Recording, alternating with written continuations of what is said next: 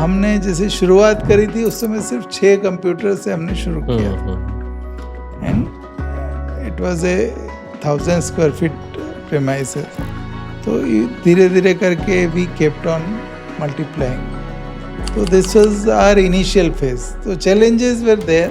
हमारी सीमाएं हमारा देश नहीं है, हमारी सीमाएं पूरी दुनिया है। तो फ्रीलांसिंग जो है वो बहुत बड़ी उसकी रीच है।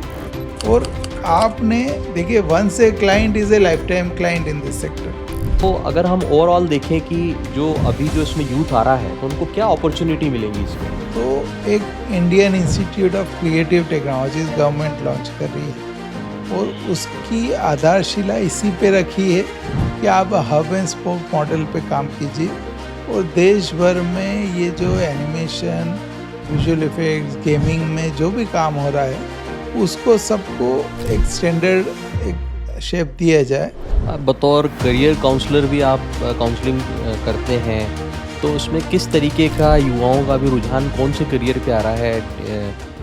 देखिए, एक इंसान में कुछ चीज़ें नैसर्गिक होती है। जैसे क्यूरोसिटी आप किसी को नहीं सिखा सकते, लीडरशिप आप किसी में डेवलप नहीं कर सकते, आपकी ऑब्जर्वेशन की हर एक की टेंडेंसी अलग होती है और फोकस हर इंसान को अपने लेवल पे करना पड़ेगा, उसको अपनी प्रायोरिटी समझना पड़ेगी। तो वो जो समझता है वो अपना रास्ता ढूंढना शुरू कर देता है। आपकी एक बुक भी आई थी, exciting career in digital media जी। तो किस तरीके की उसमें अपॉर्चुनिटी, उसमें 72 तरीके के बताए गए हैं, तो किस तरीके से उसमें लोगों को जोड़ा जा सकता है आपकी पुस्तक के माध्यम से? नमस्कार, आप देखना शुरू कर चुके हैं एक्सपोज टुडे और एक्सपोज टुडे टॉक के इस एपिसोड में आपका स्वागत है। हमारे साथ इंदौर शहर की जानी मानी हस्ती, क्रिएटिव फील्ड की जानी मानी हस्ती संजय खिमसेरा जी मौजूद हैं। आज हम उनसे बात करेंगे कि उनका ये सफ़र कैसा रहा और वो यहाँ तक कैसे पहुँचे, क्या चुनौतियाँ रही। स्वागत है संजय जी आपका एक्सपोज टॉक में। आपका कैसे इसकी शुरुआत हुई, क्योंकि आपका जो बैकग्राउंड है वो मैकेनिकल इंजीनियर का है, मैनेजमेंट आपका पीजी में सब्जेक्ट रहा, फिर आप इस क्रिएटिव फील्ड में आए। लगभग जो जानकारी के मुताबिक 33 सालों से आप एक इंस्टीट्यूट अरीना मल्टीमीडिया रन कर रहे हैं। तो क्या चुनौतियां उस वक्त आई, क्योंकि उस वक्त डिजिटल मीडिया और ग्राफिक का इतना रोल नहीं हुआ करता था? देखिए, नमस्कार। बहुत खुशी है कि एक्सपोज टुडे आज एक ज़बरदस्त मुहिम चला रहा है। मेरा जो बैकग्राउंड, जैसे आपने बताया कि इंजीनियरिंग है, मेरा एक मध्यम वर्गीय परिवार से मैं आता हूँ। तो मैंने जब इस फील्ड में सोचा, उस समय मैं एमबीए कर रहा था आईएमएस से, और करते हुए चूँकि मेरा शुरुआती जो दौर था इंजीनियरिंग के जज्बात का, वो मैंने 3-4 साल इंडस्ट्री में इंजीनियरिंग साइड में जॉब किया। और उसको करते हुए मैंने ये रियलाइज़ किया, मेरा जो पहला इनिशियल थॉट प्रोसेस था कि I will start A industry. But उस समय मुझे मैन्युफैक्चरिंग और कोर इंजीनियरिंग में स्टेग्नेशन दिखा जब मैं ट्रैवल कर रहा था। और उस दौरान मुझे सर्विसेज सेक्टर काफ़ी अपील कर रहा था कि इसमें आपके एफर्ट्स का बेहतर से बेहतर आउटपुट मिल सकता है। और ये अपॉर्चुनिटी मेरी शादी के जस्ट बाद मुझे मिली कि कोई रिलेटिव थे जिन्होंने ये अरीना एनिमेशन चालू किया था। तो मैं रायपुर उनका देखने गया, मई मंथ में मैं देखने गया। उसके बाद दिल्ली और कुछ जगह रिसर्च किया और मुझे ऐसा समझ में आया कि ये एम्प्लॉयमेंट देने वाला सेक्टर है। इसमें उस समय तो संभावनाएं बहुत लिमिटेड थी, बट मुझे ऐसा आभास हुआ कि इसमें अपॉर्चुनिटीज़ बढ़ेगी, क्योंकि एक जो सूचना, संचार, मनोरंजन, शिक्षा, इन सभी से जुड़ा क्षेत्र दिख रहा था। तो वो समय के साथ में उसमें काफ़ी चेंजेस आते रहे, तो इस वजह से ये फील्ड शानदार तरीके से बढ़ी। बट शुरुआती चुनौतियां तो ज़बरदस्त थी, क्योंकि देखिए, कोई फील्ड में अवेयरनेस नहीं हो, उस फील्ड में आपको फर्स्ट लेवल पे लोगों को ये समझाना। देखिए, जो जैसे मेरे साथ खुद के साथ हुआ कि पेरेंट्स ने बोला कि बच्चे को क्या करना है तो इंजीनियरिंग में डाल दो, तो एंट्रेंस दी और इंजीनियरिंग में चले गए। बट जो मुझे ये समझ में आया कि क्रिएटिव वर्ल्ड जो है ये सिर्फ आर्टिस्ट तक लिमिटेड नहीं होना है, ये बढ़ेगा, क्योंकि ग्लोबलाइजेशन का दौर था। और ग्लोबलाइजेशन जैसे जैसे बढ़ता है, बाहर की कंपनीज आएगी तो कंपटीशन बढ़ेगी, कंपटीशन बढ़ेगी तो बेहतर दिखाने की ज़रूरत पड़ेगी। और उस समय इस फील्ड को मल्टीमीडिया बोलते थे, आज इस फील्ड को AVGC XR सेक्टर बोलते हैं, जिसमें animation, visual effects, gaming, comics, AR VR ऐसे ढेरों क्षेत्र हैं। तो शुरुआती दौर तो काफ़ी टफ रहा। मतलब ये है कि हमने, चूँकि मेरा दोनों चीज़ें थी, इंजीनियरिंग और मैनेजमेंट, और मैंने कैलकुलेटेड रिस्क ली, तो मुझे इमीडिएट रिवॉर्ड भी मिला। मैंने लॉन्च अच्छे स्तर पे किया। तो उस समय मिस इंडिया यूनिवर्स थी और इंदौर में एक पद्मश्री बाबूलाल जी पाटोदी थे, तो उनको बुला के ये स्टार्ट किया। तो हमने ऐसे मंथ में शुरुआत करी थी कि हमारा सेक्टर भी, क्योंकि मुझे इस सेक्टर का आइडिया नहीं था एजुकेशन का, तो that was a dying month for that industry. मतलब सितंबर मंथ में मैंने लॉन्च किया, it was 9th of September 97। तो वो हमारी इंडस्ट्री के लिए वो एक बड़ी चुनौती था कि अक्टूबर से मार्च तक नए बच्चे बहुत कम जाते हैं आपके पास, क्योंकि ग्रेजुएशन करने के साथ में पहले बच्चे आते थे, बाद में हमने ग्रेजुएशन प्रोग्राम्स में भी एंट्री करी। बट ये है कि इनिशियली तो स्ट्रगल्स वेर फिनोमिनल, तो हमने काफ़ी अवेयरनेस पे काम किया। We kept on going to various school colleges, or we started doing awareness campaigns and it paid off। तो देखिए क्या होता है कि इनिशियली आपने तन्मयता से काम किया और आपका अप्रोच यदि वेलफेयर सेंट्रिक है, क्योंकि हमने शुरू से ये विचार रखा था कि बहुत तेज़ी से जाने की बजाय कंसिस्टेंसी पे फोकस करें। तो इसलिए ये है कि ऑर्गेनिकली हमने काम शुरू किया। बट वो जैसे जैसे समय के साथ चीज़ें बेहतर होती गई, और हमने जैसे शुरुआत करी थी उस समय सिर्फ 6 कंप्यूटर से हमने शुरू किया था, and it was a 1000 square feet premises. तो धीरे धीरे करके वी केप्ट ऑन मल्टीप्लाइंग। तो this was our initial phase. तो चैलेंजेस वर देयर, बट देखिए उस समय अखबार और outdoor media majorly source of promotion हुआ करता था। सीमित साधन हुआ करते थे बहुत सीमित था। बट वो जो था, जैसे मुझे आज भी ये आई फॉन्डली रिमेम्बर कि एक अखबार के जो प्रधान संपादक से मैं मिल के और 1000 cc विज्ञापन का मैंने डील किया था।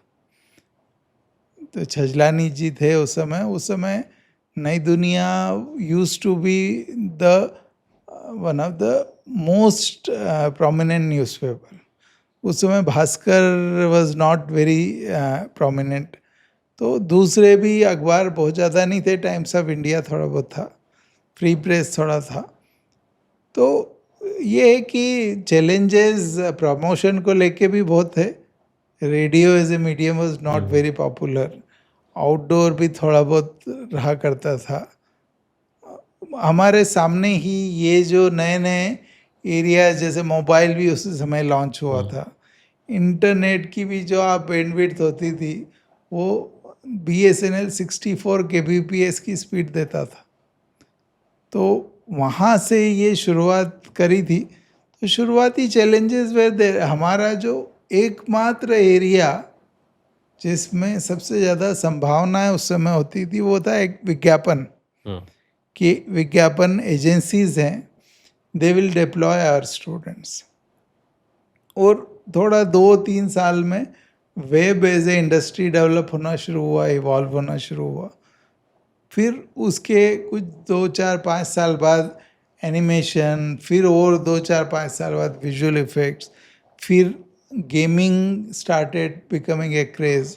तो ये इंडस्ट्री में फिर डिजिटल मार्केटिंग और डिजिटल मीडिया, यूआई यूएक्स, तो they came over a period of time. तो शुरुआती जो सेक्टर्स थे कि हम लोग सिर्फ और सिर्फ विज्ञापन इंडस्ट्री की तरफ ध्यान देते थे कि जो print media, print publishing, imaging, packaging के जो करियर्स थे। बट ये है कि जो हमने थोड़ा कंसिस्टेंटली और पेशेंस रखते हुए काम शुरू किया, तो over a period of time धीरे धीरे इवॉल्व होती गई चीज़ें। पहले लोग इसको करियर के रूप में नहीं अपनाते थे, लेकिन आज के दौर में सर्वप्रथम युवाओं का इंटरेस्ट इस पे ज़्यादा है। जी, ये बिल्कुल सही है कि शुरुआती जो 5-7 करियर्स ही ट्रेडिशनल हुआ करते थे, आज 300 से ज़्यादा करियर डायरेक्शंस हैं। दैनिक भास्कर ने अभी रिसेंटली एक फ्रंट पेज पे एक वो पोस्ट किया था, जिसमें उन्होंने 426 करियर दिशाएं डाली थी इंजीनियर्स डे पे, बट 300 मेजरली प्रोमिनेंट है। तो उसमें से देखिए, ये जो एक बहुत ही सनराइज जो 10 सेक्टर्स हैं, उसमें से एक सेक्टर है ये। और अब तो क्योंकि देखिए आज के जनरेशन जो है ना, जैसे आज मेरा अभी 9 सितंबर को we celebrated 29th foundation day. Okay. मतलब 33 ईयर्स तो मुझे इंजीनियरिंग करते हुए हुए, बट 4 साल मैंने इंडस्ट्री में काम किया एंड 29th ईयर मुझे इस फील्ड में अरीना एनिमेशन में हुआ। तो ये जो समय जो निकला, ये समय में इतनी चुनौतियाँ, इतना इवोल्यूशन हुआ, बट इतने सारे, देखिए आज जो मार्केट में भी जो चेंज हुआ है, आज पूरी डिजिटल इकोनॉमी पे काम होना शुरू हो गया है। और ये इंडस्ट्री में इस लेवल पे काम है कि भारत सरकार ने मीडिया एंड एंटरटेनमेंट को लेकर के और एक वैश्विक स्तर की कॉन्क्लेव इस साल करी, जो world audio visual and entertainment summit के नाम से थी, और उन्होंने 1500 करोड़ रुपया इसमें इन्वेस्ट किया। और this will be every 2 year it will happen. उसमें 5 से 7 लाख लोगों ने पार्टिसिपेट किया 100 देशों से। तो भारत सरकार भी इस फील्ड का इम्पैक्ट समझ रही, and they have also recognised animation, visual effects, digital media as a prominent sector. और लगभग 10,000 करोड़ का निवेश तो सिर्फ केंद्र सरकार कर रही है, और लगभग 20 राज्यों की सरकारों ने एवीजीसी, जैसे हमने मध्य प्रदेश में काम किया, तो यहाँ पे भी AVGC has come as a policy. आने वाले 10 सालों में इस फील्ड में कितना युवाओं को कितना स्कोप रहेगा, आगे बढ़ने की कितनी संभावनाएं रहेंगी? जैसा कि आपने बताया केंद्र सरकार भी इसमें रुचि ले रही है, अलग से उन्होंने एक समिट करवाई। तो अगर हम ओवरऑल देखें कि जो अभी जो इसमें यूथ आ रहा है, तो उनको क्या अपॉर्चुनिटी मिलेंगी इसमें? देखिए, सबसे बड़ी चीज़ है जो मैं पहले भी कहना चाह रहा था कि युवाओं को आज कोई बांध नहीं सकता। मेरा जो पॉइंट उस समय में उससे डिविएट हो गया, बट ये था कि आज मैं 29 साल से कोई काम कर रहा हूँ, तो आज का youngster will be put off in couple of years only. तो आप ये एक्सपेक्ट नहीं कर सकते हो कि कोई अपना पूरा जीवन एक क्षेत्र में या एक चीज़ में लगाएगा। तो आज एक जो सबसे बड़ा इस फील्ड का बेनिफिट है, वो ये है कि आप जॉब कर सकते हो, आप फ्रीलांस कर सकते हो, आप सेल्फ एम्प्लॉयड बन सकते हो। एक आपको उदाहरण मैं बताता हूँ कि यूट्यूब के माध्यम से अभी जो वेव समिट में मैं प्राइम मिनिस्टर का इंटरेक्शन सुन रहा था, तो सिर्फ यूट्यूब ने विज्ञापन पे 23,500 करोड़ रुपया यूथ को दिया है। Big amount. तो अब आप सोचिए कि आज एक हमारा कोई स्टूडेंट एक गांव में बैठ के काम कर रहा है, और वो गांव में बैठ के 1.5 से 2 लाख रुपए यदि बच्चा सिर्फ विज्ञापन से कमा रहा है, उसके चैनल का कंटेंट दमदार है, उसके व्यूज़ मिलियंस में हैं, उसके रीच अच्छी है, वो थोड़ा बहुत कोई नो नॉनसेंस टॉपिक लेकर के अपना चैनल बना रहा है, तो पॉपुलैरिटी जैसे बढ़ रही है वैसे उसका रेवेन्यू बढ़ रहा है। तो आज देखिए, एक तो ये है कि फ्रीलांसिंग एक बहुत बड़ा, और अब एक नई इकोनॉमी डेवलप हुई है जिसको गीग इकोनॉमी बोलते हैं, जो छोटे छोटे जॉब्स आप करो और ऐसे कंटिन्यूस करते रहो। तो आज का यूथ जो है ना, वो कोलैबोरेशन में प्रोजेक्ट्स इधर उधर से लेकर के एक कंप्लीट किया, फिर वो जा कर के, जैसे कल ही एक स्टूडेंट मेरे पास आया, 2013 पास आउट। अब वो यूबी सॉफ्ट में गेमिंग का काम करता था, एफिनिटी एक्सप्रेस में काम किया, पूना में उसने 8 साल कोड मास्टर और टॉप के गेम्स को उसने क्यूए भी कर रखा है, डिज़ाइन भी कर रखा है।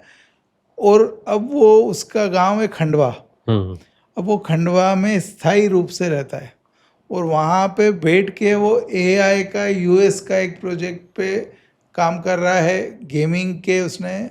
और उसने 33 लोगों को हायर कर रखा है जिनको वो 20 से 50 हज़ार रुपये महीना देता है। काम क्या करवाता है, कोई यदि ऑस्ट्रेलिया में कोई बैठा है तो उसको इंस्टाग्राम पे अपनी रीच और अपना वो बढ़ाना है, तो उसके लिए वो प्रमोशन करता है। उसके लिए उसने लोग बिठा रखे हैं, और कोई वीडियो एडिट करता है, कोई ग्राफिक डिज़ाइन करता है, कोई आपका कम्युनिकेशन अच्छा कर लेता है। तो अलग अलग टाइप के लोगों की टीम बिठा रखी है। तो आज देखिए क्या है, शहर और गांव का डिस्टेंस इस फील्ड में पूरी तरह से ख़त्म हो चुका है। और हमारी सीमाएं हमारा देश नहीं है, हमारी सीमाएं पूरी दुनिया है। तो फ्रीलांसिंग जो है वो बहुत बड़ी उसकी रीच है। और आपने देखिए, once a client is a lifetime client in this sector.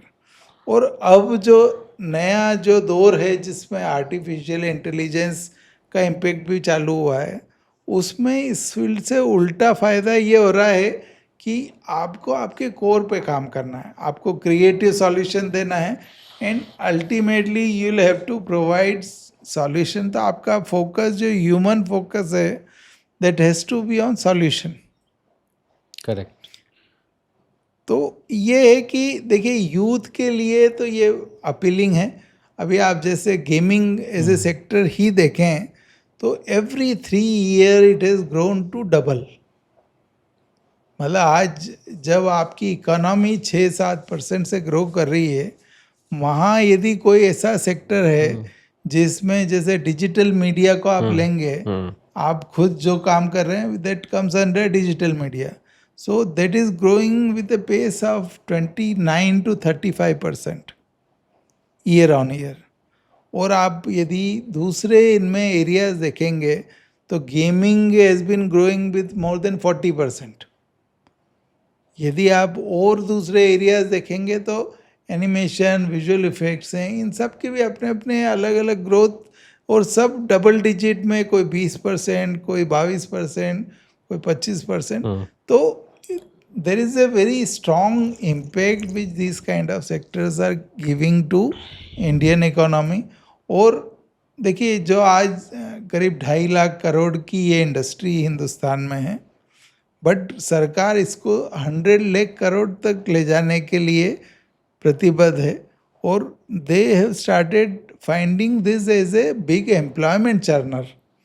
तो आज जो हिंदुस्तान में एक बड़ा जो चैलेंज है कि आपके पास 140 करोड़ लोग हैं, और उसमें से यदि 30%, 40% युवा हैं, तो आपको उनको रोजगार में लगाना है। तो इस प्रकार के क्षेत्र सरकार के लिए आंसर है कि जो उन लोगों को आप इसमें, युवाओं को रोजगार के लिए इतने अवसर दे सकते हैं जिसकी कोई लिमिट नहीं। और आप इस फील्ड की एक बहुत बड़ी बात जो दिखने में सामने आ रही है कि हर थोड़े टाइम में एक नया एप्लीकेशन एरिया जुड़ जाता है। तो जैसे मैंने कोई किताब पे काम किया, उसमें जब मैंने किताब लिखी तो 72 जॉब प्रोफाइल्स थी। आज मैं देखता हूँ तो वो 86-87 जॉब प्रोफाइल्स मुझे दिखती है। जैसे आपने कहा कि 28 साल का आपका इसमें योगदान है, आपकी तपस्या है।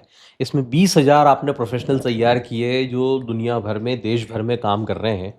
और कहीं न कहीं आपके इंस्टीट्यूट का नाम भी कर रहे हैं।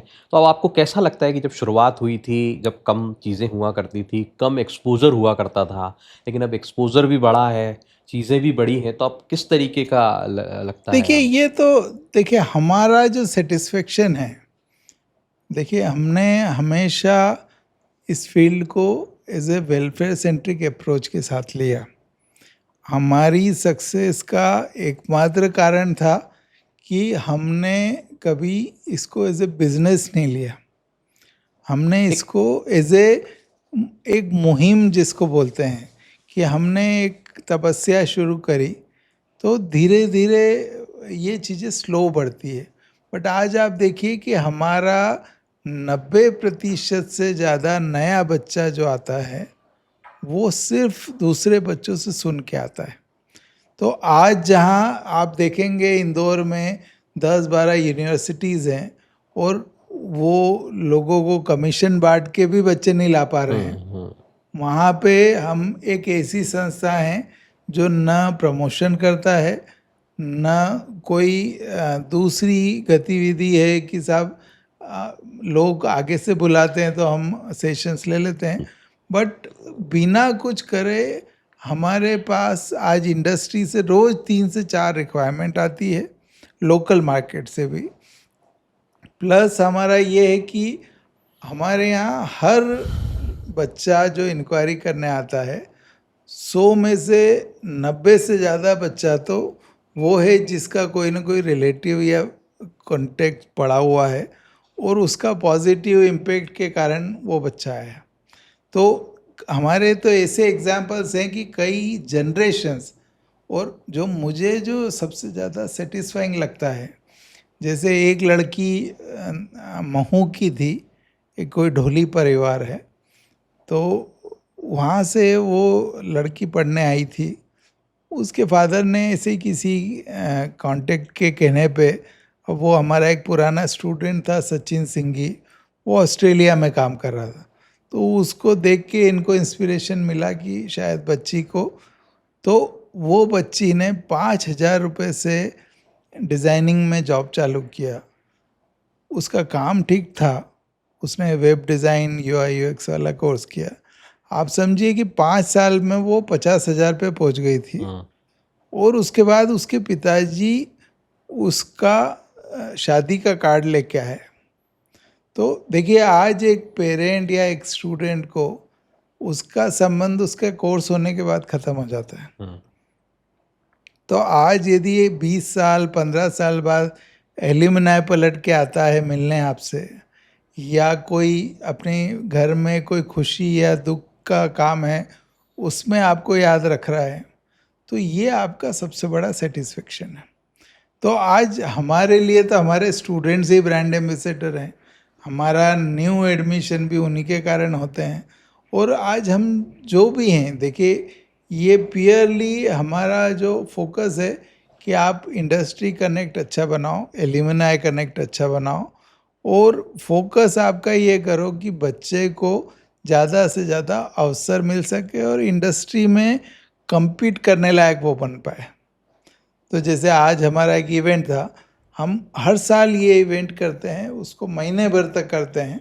तो हम कोशिश यही करते हैं कि बच्चों को सिर्फ कोई चीज़ सिखाने पर सीमित ना करें, जी। उनको इतनी सारी टीम बिल्डिंग है, नेटवर्किंग है, जो स्टेज फियर होता है, या कई सारी जो विधाएं हैं जो उनको हरफन मौला बना सके, वो आपको सिखाना बहुत ज़रूरी है। सोशल कॉज को लेके भी आपके बहुत सारे काम चलते हैं, जैसा कि जानकारी में आया जी, है, तो जी। किस तरीके के काम हैं, क्या-क्या किया जा रहा है? देखिए हमने मतलब 2010 में पुलिस रेडियो ट्रेनिंग स्कूल के साथ काम शुरू किया था। उन्होंने हमको अप्रोच किया कि हमें डॉक्यूमेंट्री फ़िल्म बनानी है। उन्होंने भी अप्रोच ऐसे किया कि उनको पता चला हमारे कोई स्टूडेंट्स है, उसने कुछ उनके लिए कंटेंट बनाया, तो उन्होंने ढूँढना शुरू किया कि भई जब बच्चा ऐसा कंटेंट बना सकता है, हुँ। तो ये कहाँ से सीखा है, उनसे पूछते हैं। तो उन लोगों ने हमको अप्रोच किया। उस समय वहाँ पे जो हेड थे वो वरुण कपूर करके थे। तो उनके साथ हमने उनके लिए एक फ्री में डॉक्यूमेंट्री बनाना शुरू करी, वो ऑडियो विजुअल और एनिमेशन का यूज़ करके, मोशन ग्राफिक वगैरह।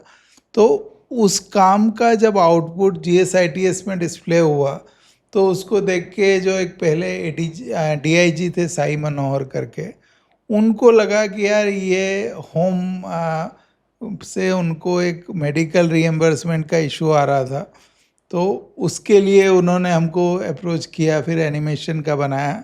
इस दौरान ट्रैफिक पुलिस वालों ने अप्रोच किया कि साहब हमें अवेयरनेस में समस्या आ रही है, तो हमने एक 3D फिल्म बनाई ट्रैफिक पुलिस की।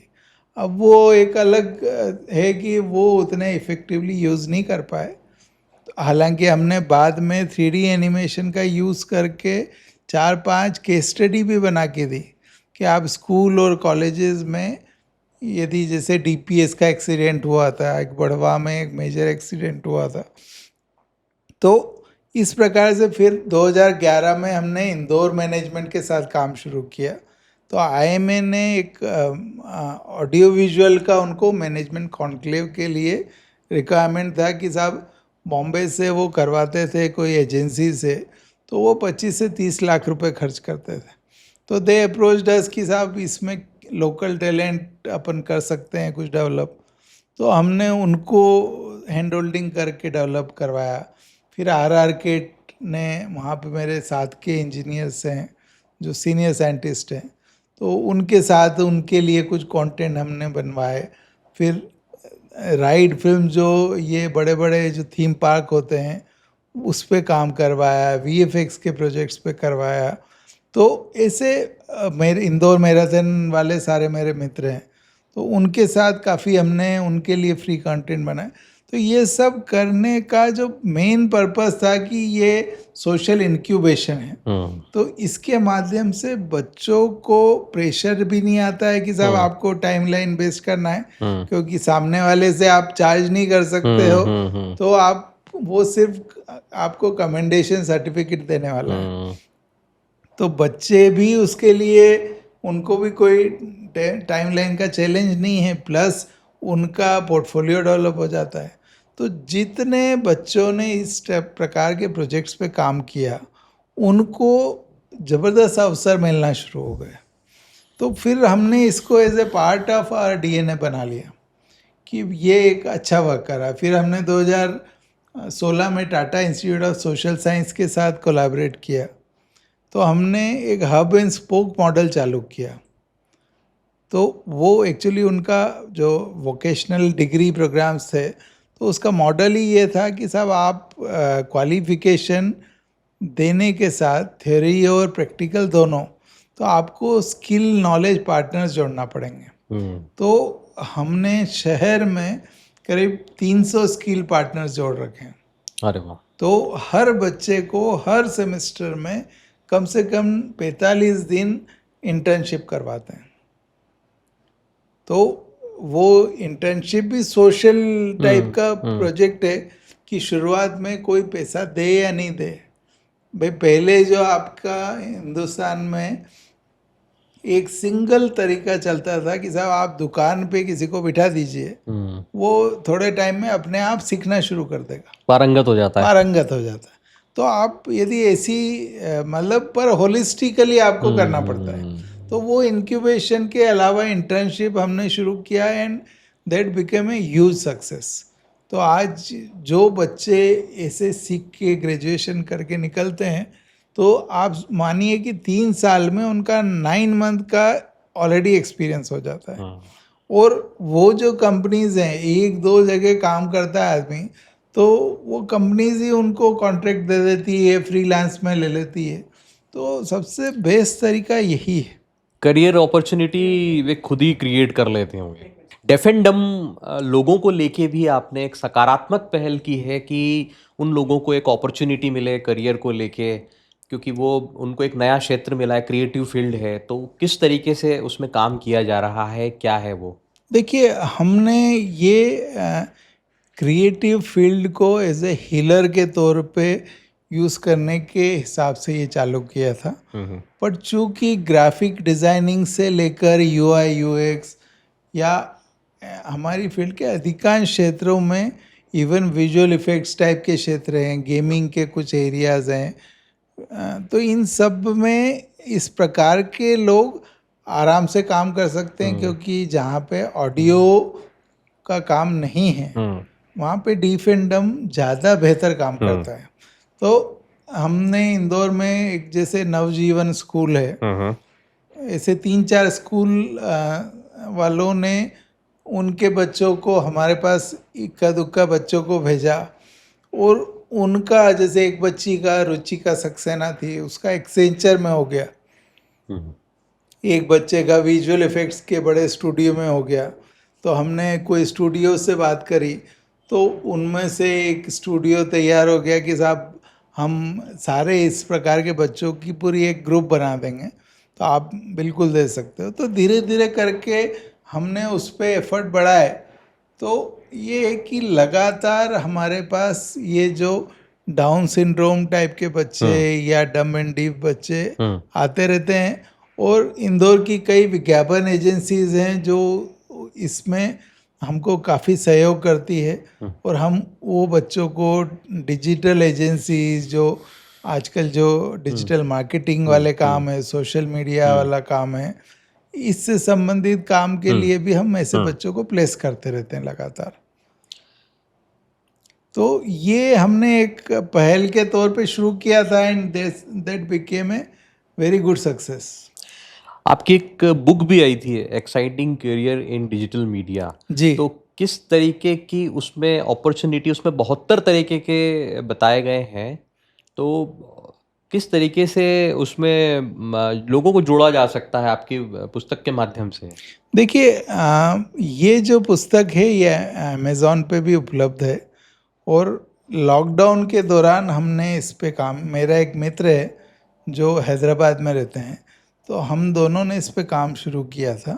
तो हम, चूँकि हमारा इंडस्ट्री एक्सपीरियंस इतना सारा था, तो हमने सोचा क्यों ना इस सकारात्मक पहल करके जो अपना अनुभव है उसको हम बाहर बच्चों तक पहुंचाएं, जो इंटेंडर्स हैं, जो एक्सपीरियंस प्रोफेशनल्स हैं, जो आगे बढ़ना चाहते हैं, उन सबको कैसे फ़ायदा हो। तो हमने एक 350 पेज के कंटेंट पे काम किया। उसमें न सिर्फ 72 जॉब प्रोफाइल जो ग्राफिक डिज़ाइनिंग है, एनिमेशन 2D 3D एनिमेशन है, विजुअल इफ़ेक्ट्स है, गेमिंग है, डिजिटल मीडिया से संबंधित सारा एरिया, और फिल्म मेकिंग भी उसमें शामिल था। तो इस पे जब काम शुरू किया तो अंग्रेजी और हिंदी दोनों में इस पे काम किया, और फिर इसमें हमने दूसरे भी कई पहलू कवर किए कि रिज्यूमे कैसे लिखना चाहिए, जो सॉफ्ट स्किल्स वाला पार्ट, फिर कोई संस्था ढूंढना है तो क्या देखना चाहिए बच्चे को। तो और जैसे ये जो एक एक टॉपिक पे हमने डिटेल्ड पूरा आवश्यकता से लेकर वर्तमान में क्या सैलरी लेवल्स हैं इंडस्ट्री में, आगे बढ़ने के जो ग्रोथ पाथ है वो क्या अपॉर्चुनिटीज़ हैं, क्या डायरेक्शंस हैं, वो सारी चीज़ें डिटेल में कवर करी। तो उसके अभी ये है कि हम इसको एज ए काउंसलिंग में भी यूज़ करते हैं, प्लस अवेयरनेस में हम इसका हमने एक डिजिटल वर्जन बना रखा है। तो वो डिजिटल वर्जन के माध्यम से यूज़ करते हैं। पर जैसे आपका जो माध्यम है पॉडकास्ट वाला, तो हमारा जो अगला लक्ष्य है इसको लेके कि ज़्यादा युवाओं तक पहुंचने के लिए इसको पॉडकास्ट में कन्वर्ट करेंगे। मिनिस्ट्री ऑफ इंफॉर्मेशन ब्रॉडकास्टिंग के साथ जो आपने बताया, तो जैसे इंदौर आईटी हब भी बनता जा रहा है, मुंबई और मतलब देखा जाए पुणे और बेंगलोर के बाद में इंदौर का भी, तो इसमें एनिमेशन की फील्ड में युवाओं को कितना ज़्यादा इसका फ़ायदा मिलेगा, स्पेशली मालवा निमाड़ के बेल्ट की हम बात करें? देखिए, क्या है कि चूँकि हमने इस इकोसिस्टम में काम शुरू किया, हम अर्ली मूवर हैं, तो हमने कोशिश दो प्रकार से की। एक तो प्रदेश में एक animation, visual effects, gaming, AR VR के लिए एक ग्रुप बनाया जो AVGC XR media and entertainment association, तो मैं उसका सेक्रेटरी बना था। और इसमें पूरा एक पॉलिसी बनाने से लेकर उसका बजट बनाना और वो सरकार से सेंक्शन कराना, तो ये 2025 के मार्च में गवर्नमेंट ने वो पॉलिसी इन इफ़ेक्ट कर दी है। तो अभी जो गवर्नमेंट 2-3 बड़ी चीज़ों पे काम कर रही है। एक तो 15 लाख तक हर इंस्टीट्यूट को बच्चों को 50% स्कॉलरशिप देगी, ताकि निम्न मध्यम वर्ग के बच्चे भी आगे आ पाएँ। दूसरा जो काम है वो सेंटर ऑफ एक्सीलेंस डाल रहे हैं। ये इंदौर में अभी बीच में कवायद चल रही थी कि भोपाल में डालें, पर गवर्नमेंट को समझ में आया कि इंदौर में स्कोप ज़्यादा है, क्योंकि हमने करीब 300 साढ़े 300 संस्थाओं को जोड़ा, उसमें से 70% इंदौर में है।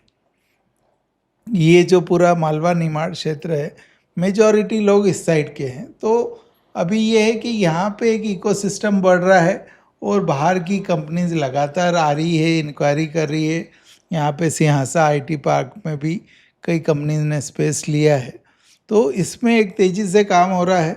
और सूचना प्रसारण मंत्रालय ने लास्ट ईयर जुलाई के मंथ में हमारे साथ, मेरी जो एक संस्था का मैं प्रेसिडेंट हूँ, असीफा, उसके तहत हमसे कोलैबोरेट किया। और कई बार ऐसी बहुत लिमिटेड चीज़ें हैं कि गवर्नमेंट आपसे आगे से अप्रोच कर रही है। तो चूंकि हमारी एक्सपर्टीज़ इस क्षेत्र में गवर्नमेंट को मालूम है, मैं जिस संस्था का प्रेसिडेंट इंडिया का हूँ, ये 65 साल पुरानी है और डिज्नी के एक सज्जन हिंदुस्तान में लाए थे। तो उनके कारण ये है कि हमारा हिंदुस्तान में कम्युनिटी बिल्डिंग में 25 साल का सफ़र है। नवंबर 2000 में हमने शुरू किया था। तो उसके माध्यम से गवर्नमेंट ने कहा कि आप क्रिएट इन इंडिया, जैसे पहले मेक इन इंडिया होता था, अभी गवर्नमेंट ने हमें ये टास्क दिया कि आप क्रिएट इन इंडिया चैलेंज जनता तक पहुंचाइए। और ऐसे हमने उनको कंसेप्चुलाइज करके दिए। तो हमने तो एक क्रिएट इन इंडिया चैलेंज लिया, हमने ऐसे 30 और सेगमेंट उनको आइडिएट किए। अरे वाह। तो वो सेगमेंट पे 1 लाख लोगों ने अपनी एंट्री सबमिट की। और ये पिछले जुलाई से चालू हुआ, जो इस साल मई में ये कंक्लूड बॉम्बे में हुआ। तो भारत सरकार ने 1500 करोड़ रुपए उस इवेंट में खर्च किया। और ये एक वर्ल्ड इकोनॉमिक फोरम होता है जो स्विट्ज़रलैंड के दावोस में होता है। तो प्रधानमंत्री का ये पेट प्रोजेक्ट था। उनका कहना था कि यदि स्विट्ज़रलैंड में इकोनॉमिक फोरम है, तो हम ऑडियो विजुअल मीडिया एंटरटेनमेंट क्षेत्र में हिंदुस्तान से एक पहल करें। तो अभी आप देखिए कि वो उसमें एज ए पार्टनर हमने इतने एफर्ट लगाए पूरे देश भर में। तो उसका हमको लगभग हमने 45 लोगों को फाइनलिस्ट आइडेंटिफाई किया। और दुनिया भर के करीब करीब 25 से 30 देशों ने हमारे चैलेंज में सबमिशन दिए। तो सिर्फ इंडिया तक सीमित नहीं रखा हमने। तो उसका फ़ायदा ये हुआ कि अब ये धीरे धीरे ये एक तरह से क्रिएट इन इंडिया एक पैरेलल एक्टिविटी शुरू हो रही है, क्योंकि अब गवर्नमेंट ये हर दूसरे साल करेगी।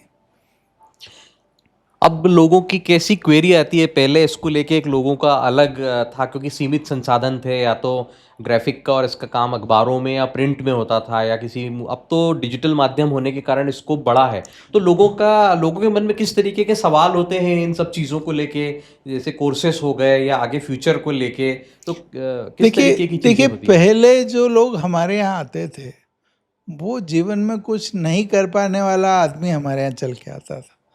आज की तारीख में लोग चॉइस से आते हैं। तो क्रीमी लेयर जब आपकी फील्ड में आना शुरू होती है, वो देखिए 2 बड़ी चीज़ें हमारे क्षेत्र को लेके हुई है। वो ये है कि डिज़ाइन एज ए करियर, ये 1966 में एनआईडी चालू हुआ था। और उसी दौरान एक बॉम्बे आईआईटी बॉम्बे में इंडस्ट्रियल डिज़ाइन सेंटर चालू हुआ था। उसके अलावा देश भर में कोई बहुत बड़ा इस फील्ड में काम नहीं हो रहा था।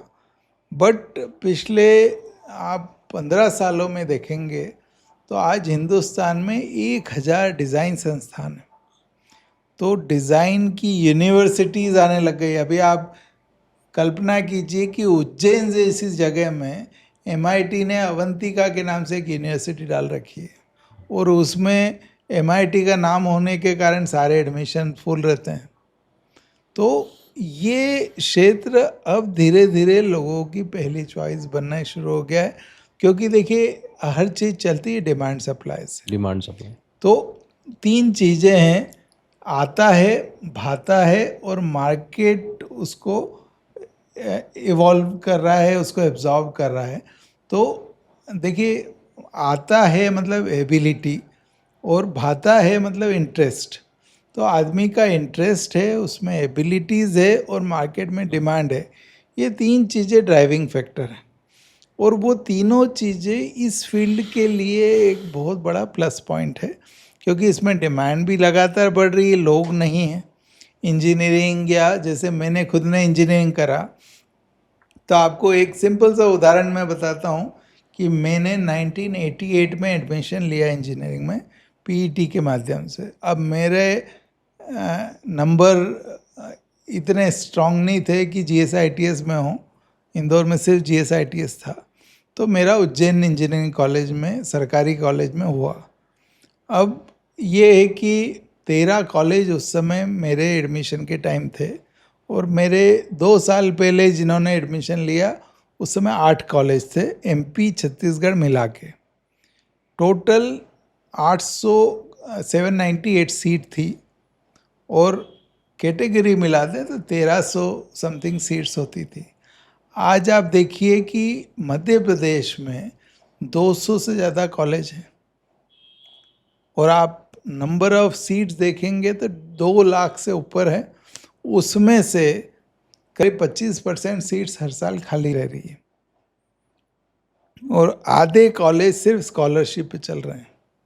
तो आज मुश्किल से 3, 4, 5 कॉलेजेस में आदमी को, देखिए एक होता है पुश फैक्टर, एक होता है पुल। तो यदि मार्केट में डिमांड है पर सप्लाई एक्स्ट्राऑर्डिनरी है तो जो बहुत टैलेंटेड है वो आगे बढ़ जाएंगे, पर बाकी का क्या होगा? तो वो इस फील्ड में बहुत बड़ा प्लस है कि आज इस फील्ड में लोग सीमित हैं और काम बहुत ज़्यादा है। और काम, ये फील्ड की जो बड़ी विशेषता है कि काम लगातार बढ़ रहा है। एप्लीकेशन एरिया जो एक समय मैंने आपको बताया कि हमने 72 आइडेंटिफाई किए, वो आज 86 मुझे दिख रहे हैं और वो 100 के ऊपर आराम से जा चुके हैं, क्योंकि आज डिफेंस भी इसको यूज़ कर रहा है। अभी जैसे मैं वडोदरा में एक गति शक्ति यूनिवर्सिटी में जाके प्रेजेंटेशन किस बारे में दिया कि जो सस्टेनेबिलिटी ऑफ ट्रांसपोर्टेशन है उसमें इस फील्ड का कैसे यूज़ हो। तो मैंने टेस्ला और ओला इलेक्ट्रिक के एग्जांपल दिए उनको कि ओला इलेक्ट्रिक UI UX का यूज़ करके आज मार्केटिंग करके और इवन ऑन एयर आपका अपडेट्स हो रहे हैं। तो देखिए ये व्हीकल्स में, सिमुलेशंस में, डिफेंस में, मेडिकल एनिमेशन, लीगल एनिमेशन, मतलब ऐसा कोई क्षेत्र नहीं है जहाँ पे इसका उपयोगिता नहीं हो। और ये एप्लीकेशन एरिया बढ़ते जा रहे हैं तो इसका स्कोप भी बढ़ता जा रहा है और जितना स्कोप बढ़ेगा उतना लोगों की ज़रूरत इस फील्ड में ज़्यादा होगी। तो एम्प्लॉयबिलिटी के लिए this looks like a very promising area. तो अब वो समय नहीं रहा कि जब बिल्कुल जो कोई ऑप्शन नहीं है तो इस फील्ड में आते थे। अब ये है कि लोग चॉइस से आते हैं, प्रायोरिटी ले रहे हैं इसको, प्रायोरिटी के तौर पे ले रहे हैं। और जितना स्ट्रक्चर्ड हो गया है, जैसे अभी भारत सरकार ने एक नई पहल की है जो नेशनल सेंटर ऑफ एक्सीलेंस के नाम से सोचा था उन्होंने, मिनिस्ट्री ऑफ INB ने। तो उन्होंने Indian institute of creative technologies Bombay में लॉन्च किया है। तो IICT का काम ये है कि वो बॉम्बे में, तो बॉम्बे के गवर्नमेंट महाराष्ट्र ने उनको एक 10 एकड़ की लैंड दे दी है। अब उनका दूसरा जो एफर्ट है वो ये है कि देश भर में 2 साल के अंदर वो उनके बिल्डिंग में जाएंगे। अभी पेडर रोड पे काम चालू किया है, तो 2 साल के अंदर पूरे देश में वो 200 सेंटर्स चालू करने वाले हैं। तो ये streamlining of skills across the globe, मतलब पूरे हिंदुस्तान में एटलीस्ट आपको 200 भारत सरकार के इनिशिएटिव्स में दिखना शुरू हो जाएंगे। भारत सरकार एनिमेशन की फील्ड में काम कर रही है, जैसा कि आपने बताया, आप भी इस फील्ड में काम कर रहे हैं। नवाचार हो रहा है, लेकिन क्या चुनौतियाँ अभी भी हैं, जो ऐसा लगता है कि अगर चुनौतियाँ नहीं हो तो और तेज़ी से इस फील्ड में आगे काम हो सकता है? देखिए, चुनौतियां तो हमेशा रहेगी। सरकार का काम है प्लान करना। हुँ, इंडस्ट्री जो है वो मिलजुल के किसी चीज़ को आगे बढ़ाती है। हुँ, सरकार जिस फील्ड में एंटर करती है उस फील्ड में तेज़ी एकदम से बढ़ जाती है। तो अच्छी बात यह है कि चूंकि इस क्षेत्र में अवसरों की भरमार है और गवर्नमेंट इसको एम्प्लॉयबिलिटी के लिए एक बड़ा एक संसाधन मान रही है कि ये एक एरिया है जो अनएम्प्लॉयमेंट को काफ़ी अच्छे से बीट कर देगा और बिल्कुल रूरल लेवल तक जा कर के। तो इस कारण गवर्नमेंट इस पे काफ़ी प्लान कर रही है। वर्ल्ड ऑडियो विजुअल समिट का जो मैंने बताया वो इन्होंने काम किया। अभी एक नेशनल स्किल डेवलपमेंट मिशन भी गवर्नमेंट ने इस फील्ड में प्लान किया है। तो करीब करीब 10,000 करोड़ का निवेश गवर्नमेंट करना इस फील्ड में चाह रही है। और देखिए कि ये समय के साथ चुनौतियां तो रहेगी, बट उस चुनौती को काउंटर करने के लिए और देश भर में स्टैंडर्ड स्किलिंग इकोसिस्टम हो, तो एक Indian institute of creative technologies government launch कर रही है। और उसकी आधारशिला इसी पे रखी है कि आप हब एंड स्पोक मॉडल पे काम कीजिए और देश भर में ये जो एनिमेशन, विजुअल इफेक्ट्स, गेमिंग में जो भी काम हो रहा है उसको सबको एक स्टैंडर्ड एक शेप दिया जाए, ताकि हर जगह वैसे लोग तैयार हो सके जो इंडस्ट्री की ज़रूरतों को देख सकें। तो काम बहुत तेज़ी से हो रहा है और इसमें बहुत कुछ होना है। बट ये है कि जैसे इंडस्ट्री को गवर्नमेंट ने भी एक एज ए गवर्नमेंट को जितनी लिमिटेड अंडरस्टैंडिंग फील्ड की है, तो उन्होंने फिक्की और सीआईआई को इसमें शामिल किया है ताकि उनका एक दायरा बेहतर हो सके और वो ज़्यादा अच्छे से इस फील्ड को हैंडल कर सके। इसमें आपका कोई ड्रीम प्रोजेक्ट तो आप चाहते हो कि इसको इस मुकाम पर ले जाना चाहते हैं, आपकी जो 28 साल की यात्रा है। तो अब आपका लक्ष्य या आपका कोई ड्रीम है कि इस एरिना को या इस फ़ील्ड को इस ऐसी जगह पर ले जाया जाए जहाँ की मतलब सारी दुनिया उसको देखे और देखिए, जो अभी मेरा जो एक थॉट प्रोसेस है, चूँकि मैंने मेरी डॉटर को भी डिज़ाइन में ट्रेन किया है और वो नेशनल इंस्टीट्यूट ऑफ डिज़ाइन में भी अभी काम कर रही है। तो मेरा जो ड्रीम प्रोजेक्ट है वो ये है कि एक रेसिडेंशियल में इस फील्ड में डिज़ाइन में एक नया इनिशिएटिव चालू करूँगा और वो इनिशिएटिव के माध्यम से एक प्रतिवर्ष मैं चाहता हूँ कि 500 युवाओं को मैं सतत ट्रेन करके और इंडस्ट्री में आगे बढ़ाऊँ और उसको ग्लोबल लेवल पे, क्योंकि मैं जैसे अभी नेक्स्ट मंथ में रशिया जा रहा हूँ, तो वहाँ भी ये वर्ल्ड ऑडियो विजुअल जैसा एक इवेंट हो रहा है। उन्होंने मुझे इनवाइट किया एज ए स्पीकर। तो देखिए, दुनिया भर में जो अच्छे से अच्छे काम हो रहे हैं उन स्टडी करके किसी के साथ कोलैबोरेशन लगेगा। चूँकि एजुकेशन में गवर्नमेंट ने ये भी रास्ते ओपन कर रखे हैं, तो यदि कोलैबोरेटिव मोड पे भी हुआ तो जापान या यूएस या किसी कंट्री के साथ कोलैबोरेट करके मैं एक अच्छे लेवल पे डिज़ाइन स्कूल का कल्पन कर रहा हूँ और उसी दिशा में मैं आगे बढ़ूँगा। बतौर करियर काउंसलर भी आप काउंसलिंग करते हैं, तो उसमें किस तरीके का युवाओं का भी रुझान कौन से करियर पे आ रहा है? देखिए, युवाओं को जो मेरा जो एक सिंपल सा तरीका है कि डू व्हाट यू लव। आज सबसे बड़ा जो ये कमर्शलाइजेशन का नुकसान है, आप जिसके यहाँ जाएंगे वो ये बोलेगा कि इससे बेहतर आपके लिए कुछ नहीं है। हुँ, तो बच्चा और कंफ्यूज हो जाता है क्योंकि इतनी सारी चीज़ें हैं, तो उसकी सूटेबिलिटी के अकॉर्डिंग क्या है, तो भेड़ चाल काफ़ी ज़्यादा होने लग गई।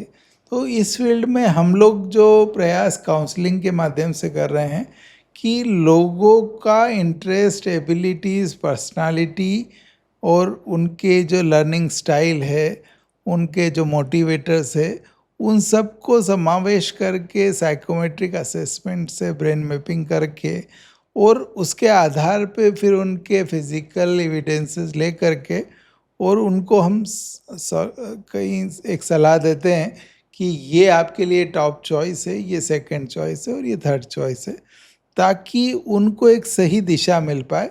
अब इसमें जो टॉप चॉइस देखिए आज भी ये है कि आज मेडिकल इंजीनियरिंग दो बड़ी चॉइसेस हैं, बट उसके आगे डिज़ाइन थर्ड चॉइस के तौर पे उभर रहा है, लॉ एक फोर्थ चॉइस है।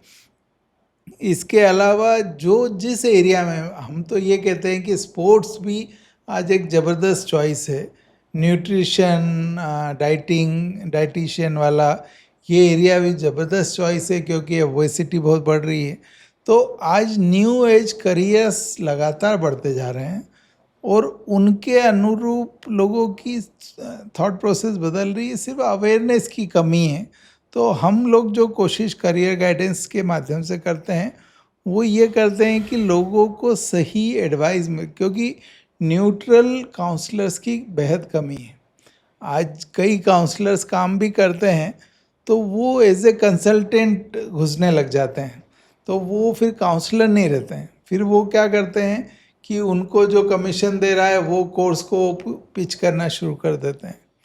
तो काउंसलिंग यदि पियरली काउंसलिंग रहे तो उससे लोगों को सही दिशा मिल पाएगी। जैसे रूरल एरिया या रिमोट एरिया में रहने वाले जो यूथ है, युवा हैं, अगर वो इन सब चीज़ों से जुड़ना चाहें कि वो अपना ग्राफिक में, मल्टीमीडिया में करियर बनाना चाहें, तो उनको किस तरीके की सलाह देना चाहेंगे आप? कैसे देखिए उनको करना मेरा चाहिए? जो सलाह है वो हर किसी को ये है कि आप जहाँ से भी करें, जो भी करें, तो वो ऐसा हो जो, देखिए एक इंसान में कुछ चीज़ें नैसर्गिक होती है, जैसे क्यूरोसिटी आप किसी को नहीं सिखा सकते, लीडरशिप आप किसी में डेवलप नहीं कर सकते, आपकी ऑब्जर्वेशन की हर एक की टेंडेंसी अलग होती है और फोकस हर इंसान को अपने लेवल पे करना पड़ेगा, उसको अपनी प्रायोरिटी समझना पड़ेगी। तो वो जो समझता है वो अपना रास्ता ढूंढना शुरू कर देता है। तो आज चाहे वो रूरल बेल्ट का हो चाहे अर्बन बेल्ट का हो, मैं युवाओं को यही सलाह देना चाहता हूँ कि अपने आप को पहचाने पहले, नहीं हो तो कोई साइकोमेट्रिक टेस्ट या कोई काउंसलर की मदद लेकर के अपनी स्ट्रेंथ और वीकनेस के ऊपर काम करें और उसके अकॉर्डिंग डिमांड ड्रिवन एरिया पकड़ें और जो भी एरिया पकड़ें, देखिए आप थोड़े से अच्छे सन बन जाइए, थोड़े से अच्छे फ्रेंड बन जाइए, थोड़े से सब बन जाइए, पर जो फोकस है, आज आप देखिए कि मैं एक उदाहरण बच्चों को देता हूँ कि सचिन तेंदुलकर 10वीं में फेल हो गया। उसके पिताजी ने उसको डांटा कि भाई क्यों, पढ़ाई में इंटरेस्ट नहीं है क्या? तो उसने बताया कि मुझे खेलने में इंटरेस्ट है। तो उन्होंने उसको गाइड किया कि भाई आप एक ढंग का कोच ढूंढिए। वो कोच ढूंढ के उसने एफर्ट चालू किए और उसके साथ में उससे ज़्यादा टैलेंटेड एक आदमी था जिसका नाम था विनोद काम्बली। अब विनोद काम्बली का टैलेंट सचिन से ज़्यादा था, पर इसका डिसिप्लिन उससे कई गुना ज़्यादा था। तो देखिए आप कंसिस्टेंसी और टैलेंट के कॉम्बिनेशन से आज सचिन तेंदुलकर को दुनिया जानती है। और यदि पर्सनालिटी इश्यूज़ हैं तो आपके सामने विनोद काम्बली का भी एग्जाम्पल है। तो देखिए क्या है कि जो सबसे बड़ी ज़रूरत है वो युवा को अपना रास्ता पहचानना पड़ेगा। उसके लिए देखिए आपका हित चिंतक कौन है ये आपको खुद समझना पड़ेगा। ये कोई नहीं समझाएगा कि आपका जो हित है वो किस चीज़ में है, ये आपको खुद ही आइडेंटिफाई करना है। और जो भी दिशा पकड़ो आप उसमें पूरे दम से जुट सकते हो, तो रास्ते में कोई रुकावट आने की संभावना ही नहीं है। पर अपनी स्ट्रेंथ पे काम नहीं करोगे और हर्ड मेंटालिटी की किसी ने कुछ कहा और वो करने शुरू कर दिया, तो जैसे मेरे साथ हुआ कि मैं इंजीनियरिंग में घुसा, इंजीनियरिंग करने के बाद मुझे लगा कि साहब मुझे बिज़नेस का तो कोई नॉलेज नहीं है, और मुझे बिज़नेस करना है तो कैसे करूँगा, तो मैंने मैनेजमेंट चालू किया। मैनेजमेंट जब सीख रहा था तब मुझे लगा कि मेरा क्रिएटिव पावर स्ट्रांग है और मुझे क्रिएटिव डायरेक्शन में आगे बढ़ना चाहिए, और मुझे ये एनिमेशन जो आज बोलते हैं मल्टीमीडिया डिजिटल मीडिया वाली दिशा मिली, और मैं इसमें एज ए ट्रेनिंग ऑर्गेनाइजेशन घुसा। But over a period of time मुझे ये रियलाइज़ हुआ कि मेरा तो इन तीनों में उतनी स्ट्रेंथ नहीं है जितनी सोशल में है, कि जितनी लोगों को मदद करने में। तो मैंने रीअलाइनमेंट करने में कम से कम 15 साल की देरी करी।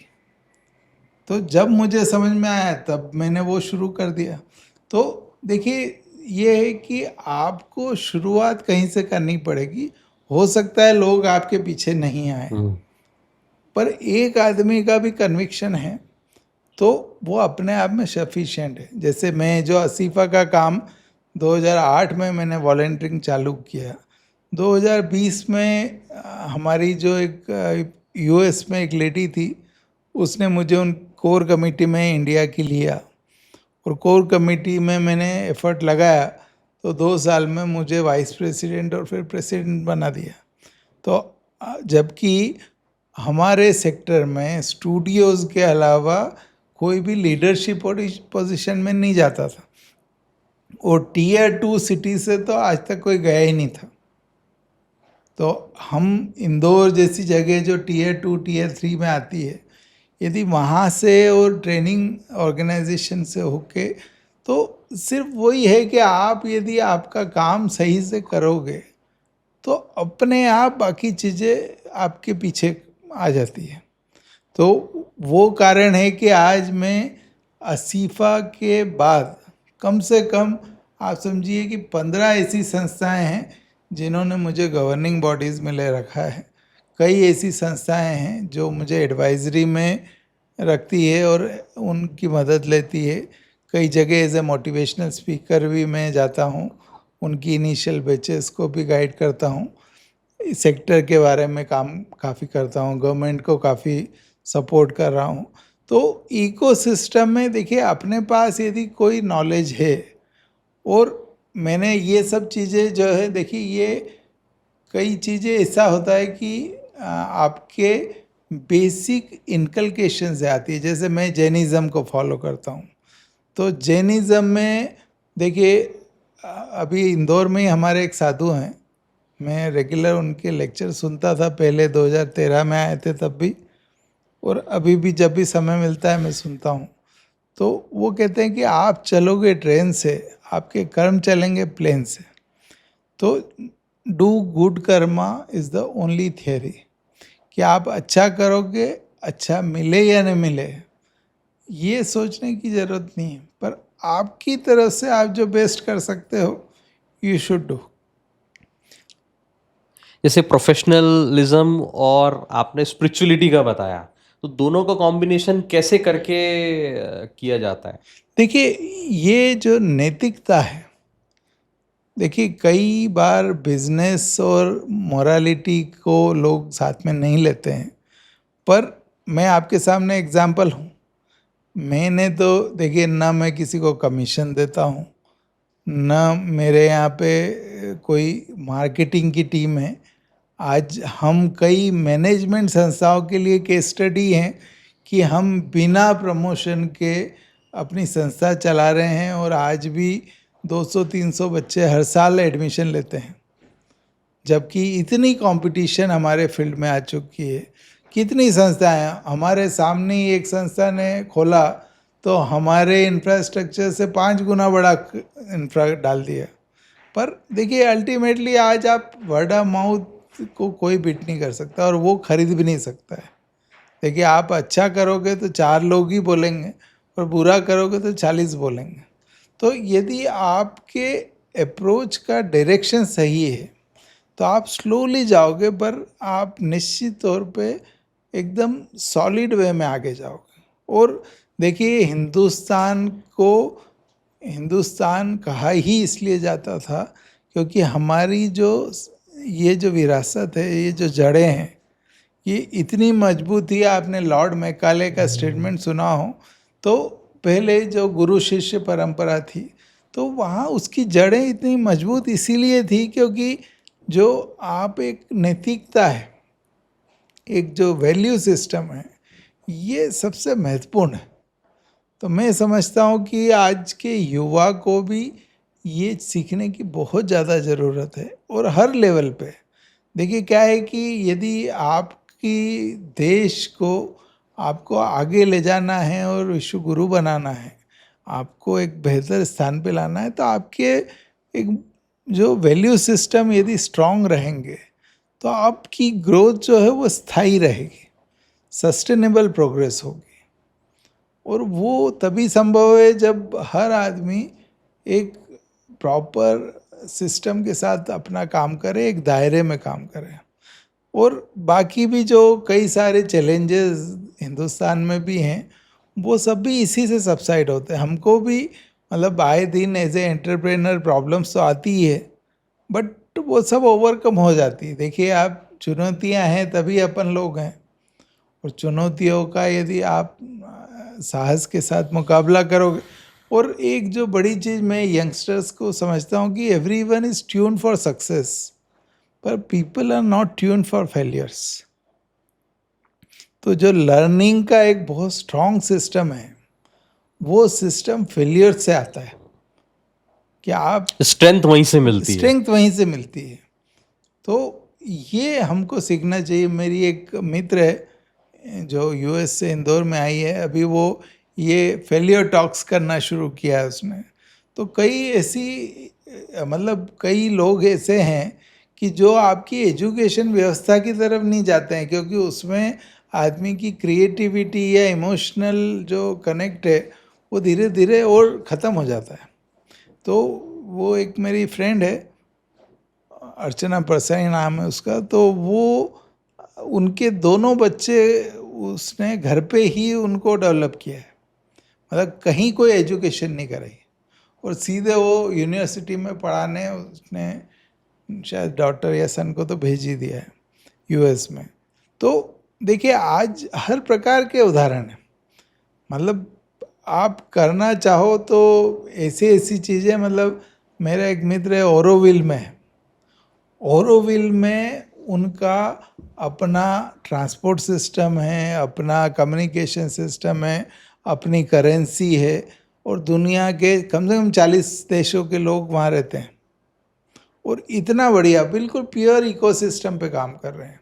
तो बहुत अच्छी अच्छी प्रैक्टिसेस कई जगह है जिसको लोग एडॉप्ट करेंगे तो निश्चित देखिए कि चीज़ें हिंदुस्तान की जो प्रोग्रेस है, भाई आज जो 7-8% पे है, ये यदि जिस दिन 10% क्रॉस कर जाए तो ये है कि हम बहुत जल्दी, देखिए आज की ये सदी हिंदुस्तान की निश्चित तौर पे दिख रही है, पर उसके लिए देखिए कि 1/140 हम स्वयं हैं।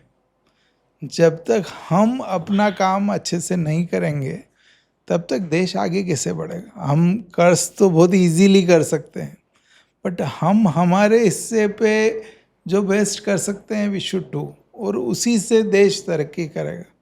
तो इसलिए मैं स्पिरिचुअलिज्म की तरफ ज़्यादा इंक्लाइंड हूँ, और उसी को लेकर के मैं साथ में चलता हूँ। और ये है कि मुझे तो उसका हमेशा फ़ायदा ही हुआ है। जैसे मैं, मतलब आप देखिए दुनिया भर में घूमता हूँ, बट मैं अनियन गार्लिक भी नहीं खाता हूँ। तो आज मुझे कई जगह चैलेंजेस भी आते हैं कि आपको बिना अनियन गार्लिक के कई जगह खाना मिलेगा ही नहीं, तो आपको सिर्फ कर्ड राइस लेके भी काम करना पड़ेगा, बट हो जाता है। देखिए आदमी ने ठान लिया तो रास्ते सब हो जाते हैं।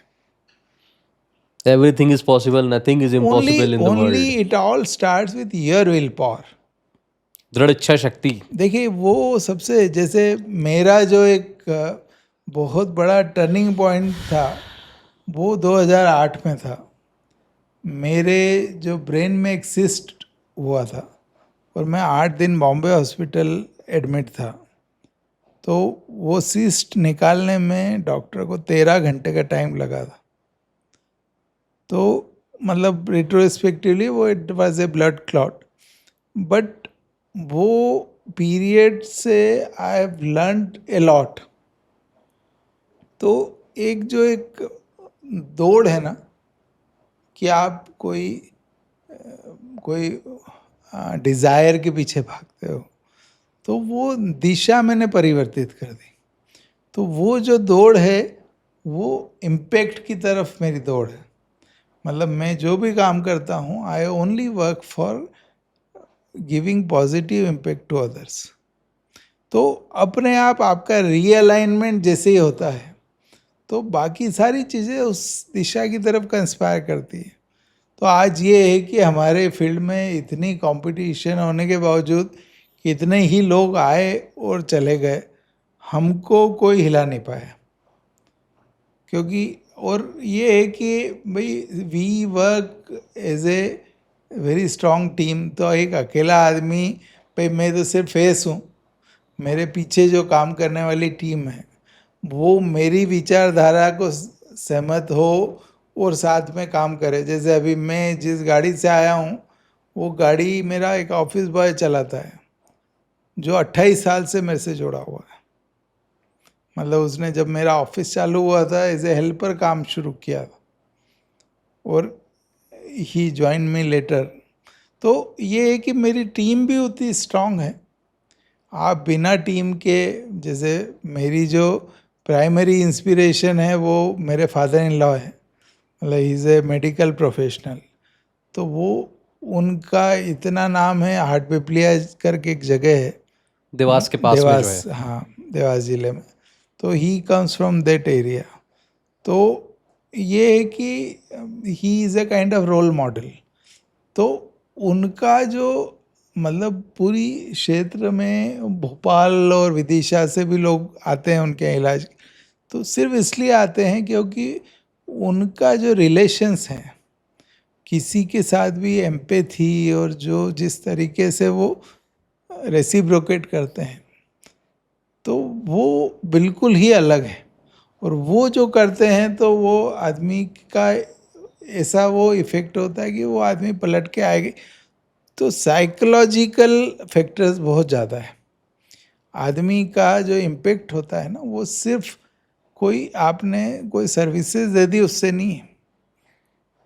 उस प्रोसेस में आपने कैसे उसके साथ इंटरेक्ट किया, उसको कैसे एम्पैथेटिकली समझा, हेल्प किया और आगे बढ़ाया। आज हमारे 20-20 साल 25 साल पुराने भी जो लोग इस प्रदेश की तरफ भी आते हैं, मतलब मेरे आप समझिए कि हजारों स्टूडेंट्स दुनिया भर में दूसरी जगह काम कर रहे हैं। तो वो भी जब भी आते हैं इस क्षेत्र में, उनके गांव में, उनके कस्बों में, तो they make it a point to come and see us. तो वो एक देखिए रिलेशनशिप आप बिल्ड करेंगे तो उसका हो सकता है कि डायरेक्ट इफेक्ट ना भी आए, but over a period of time it pays of. Correct है। तो ये सब बहुत ही साइक्लिक प्रोसेसेस हैं which comes over a period of time only. बिल्कुल सही बात है। गवर्नमेंट को कोई इसमें डिग्री कोर्सेस या इस तरीके की चीज़ों को करना चाहिए? देखिए हमने अभी जो मध्य प्रदेश में भी इस प्रकार की एक यूनिवर्सिटी है ग्वालियर की, मान सिंह तोमर के नाम से। तो वो बहुत ही रॉ लेवल पे कर रही है। उनका मैंडेट म्यूज़िक का है, बट वो साथ में ये फाइन आर्ट्स और दूसरे भी कोर्सेज में, तो किसी ने सजेस्ट किया तो वो ये सब भी करने लगे हैं, बट उतना स्ट्रक्चर्ड नहीं है। तो क्वालिटी का अभी इशू। हाँ, अभी हमने जो सजेस्ट गवर्नमेंट को किया है, मध्य प्रदेश सरकार को, वो ये किया है कि माखनलाल चतुर्वेदी यूनिवर्सिटी है, उनका मैंडेट मीडिया क्षेत्रीय है और उन्होंने न्यू मीडिया कोर्स चालू कर रखे हैं। तो मध्य प्रदेश के लिए हमने उनको सजेस्ट किया कि इनको आप नोडल बॉडी बना दीजिए। तो एक थोड़ा सा एक स्ट्रक्चराइजेशन मध्य प्रदेश में होगा। तो वो यदि देखिए हम लोग तो ऑलरेडी पिछले 20 सालों से कुछ न कुछ फॉर्म में डिग्री प्रोग्राम्स दे रहे हैं बच्चों को, बट ये है कि ये देखिए हमारा करंटली जो क्षेत्र है जिनको हम जो बच्चों को डील करते हैं वो निम्न मध्यम वर्गीय और मध्यम वर्गीय बच्चे ज़्यादा हैं जो आज 10, 15, 20 लाख रुपए अफोर्ड नहीं कर सकते हैं। वो लाख 2 लाख 3 लाख से ज़्यादा के कोर्स नहीं करेंगे डिग्री में भी। तो आज हमारा मैक्सिमम कोर्स जो होता है that doesn't have fee of more than ₹1,00,000 a year. तो देखिए ये बहुत ज़रूरी है कि सरकार इसमें पहल करे। हमने ऑलरेडी पॉलिसी में बना के दिया हुआ है, उनको पूरा डिफाइन कर रखा है। अब वो इम्प्लीमेंटेशन सरकार का अपनी पेस से होता है, तो वो यदि हो जाएगा तो प्रदेश में भी फ़ायदा होगा। और जैसा मैंने बोला कि भारत सरकार भी इस पे काम कर रही है। सूचना प्रसारण मंत्रालय चूँकि इसमें उनका एक नेशनल फिल्म डेवलपमेंट कॉरपोरेशन भी है बॉम्बे में, तो वो भी एक सेक्टर काउंसिल है जिसका सीईओ मेरे यहाँ का स्टूडेंट ही है, media and entertainment skills council. तो वो भी इसमें प्रयास कर रहे हैं, बट उनसे ज़्यादा हमारा जो फीलिंग है कि गवर्नमेंट ऑफ इंडिया का जो मिनिस्ट्री ऑफ आई&बी का IICT है, ये कुछ इम्पेक्ट कर सकता है यदि देश भर में ये स्ट्रक्चर्ड प्रोग्राम्स लाए। और देखिए क्या है कि सर्टिफिकेट डिप्लोमा से काम नहीं चलेगा। Ultimately end of the day इस फील्ड में या कोई भी फील्ड में एक सोशल जो एक बच्चा यदि कल को उसकी शादी होती है तो सामने वाला पहला क्वेश्चन ये करता है कि बच्चे ने क्या किया। करेक्ट है। तो आप बोलोगे कि ये डिप्लोमा या ये सर्टिफिकेट किया है तो उसका बहुत वेटेज नहीं। तो इसलिए qualification along with the skill is the right answer. Professionalism होना भी वो बहुत जरूरी है। तो टाटा इंस्टीट्यूट का वेंचर हमने करा ही इसलिए था क्योंकि they were having a very good this thing. अब ये है कि देखिए रेट्रोस्पेक्टिवली जो हमको लगता है कि यदि गवर्नमेंट ऑफ इंडिया इसमें काम करे या स्टेट गवर्नमेंट्स भी काम करे और इनके जैसे NEP भी है तो it is taking a lot of time. मतलब अभी भी ये है कि आने वाले 5-7 साल में वो इम्प्लीमेंट होगा, तो द सूनर द बेटर। तो ये चीज़ें जितनी जल्दी इम्प्लीमेंट हो ना तो उतना इकोसिस्टम को फ़ायदा होगा। तो वो होने से और स्ट्रक्चर्ड हो जाएगी चीज़ें। और इंडस्ट्री में भी जैसे अभी हमने भारत सरकार और प्रदेश सरकार में भी जैसे MP की तो पॉलिसी में इवन स्टूडियोज़ को 50% एक्सपोर्ट्स में बेनिफिट है। तो कई ऐसे नॉवेल इनिशिएटिव मतलब हमने इतनी क्रिस्प और इंडस्ट्री सेंट्रिक पॉलिसी बना के दी है तो उसका बहुत फ़ायदा होगा। अब ये है कि जो सबसे बड़ा चैलेंज गवर्नमेंट्स के साथ होता है वो इम्प्लीमेंटेशन है। प्लान्स तो बहुत ज़बरदस्त बन जाते हैं, कागजों में रह जाते हैं, पर वो जब तक यदि PDF और डॉक्यूमेंट्स में रह जाए तो उसका कोई ग्राउंड लेवल पे आना बेहद ज़रूरी है। उसको ग्राउंड पे आना चाहिए। तो ये यदि हो जाए तो मैं समझता हूँ कि इस फील्ड से बड़ा एम्प्लॉयमेंट चर्नर कोई और सेक्टर की ज़रूरत ही ना पड़े गवर्नमेंट को। और ये फील्ड की जो खासियत है सर कि एक एक स्किल से जॉब है और जितना वाइड स्किल बेस है आपका उतना आपकी एम्प्लॉयबिलिटी है। एज लिमिट भी नहीं है, कोई एज लिमिट नहीं है सर। हमने 70 ईयर्स के स्टूडेंट्स को भी ट्रेन किया है और हमने 8 ईयर्स के स्टूडेंट्स को भी सिखाया है। तो क्रिएटिविटी में कोई बैरियर नहीं है सर। मतलब आप किसी भी age group, age is just a number. ये देखिए एज के साथ एक ही चैलेंज आता है, वो है ग्रास्पिंग। मतलब जितना एजिंग होता है उतना ग्रास्पिंग लेवल कम होना शुरू होता है, बाकी कोई चैलेंज नहीं है। और this field is a natural benefit to hundreds and thousands of other sectors also. हर सेक्टर में इस फील्ड का उपयोग हो रहा है। क्यों? क्योंकि देखिए आज एक कोई रियल स्टेट वाला है, वो अपनी कोई जगह बना के कोई उसने प्लॉटिंग की है, तो उसका वो 3D वॉक थ्रू क्रिएट कराता है, उसी के माध्यम से बेचता है। अब वही चीज़ AR VR के फॉर्म में आने लग गई है कि आप वर्चुअल रियलिटी का यूज़ करके, और आप मतलब किसी को किराए पे भी लेना है तो उसको आप सिर्फ VR का वो भेज दो, वो सीधे निकाल लेगा, है ना। तो देखिए application areas are increasing like anything, तो उसका इम्पेक्ट बहुत ही सॉलिड हो सकता है जितना अच्छे से ये इम्प्लीमेंट हो।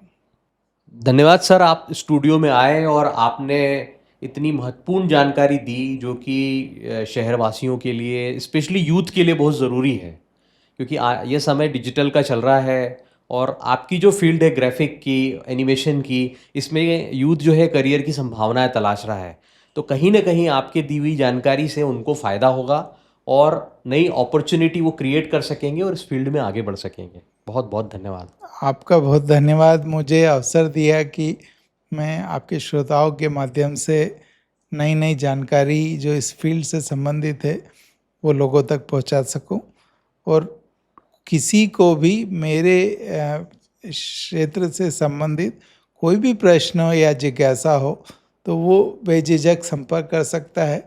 आप मेरा ईमेल आईडी और फ़ोन नंबर दोनों दे सकते हैं, तो मैं व्हाट्सएप के माध्यम से भी किसी की भी क्वेरी सॉर्ट कर सकता हूँ।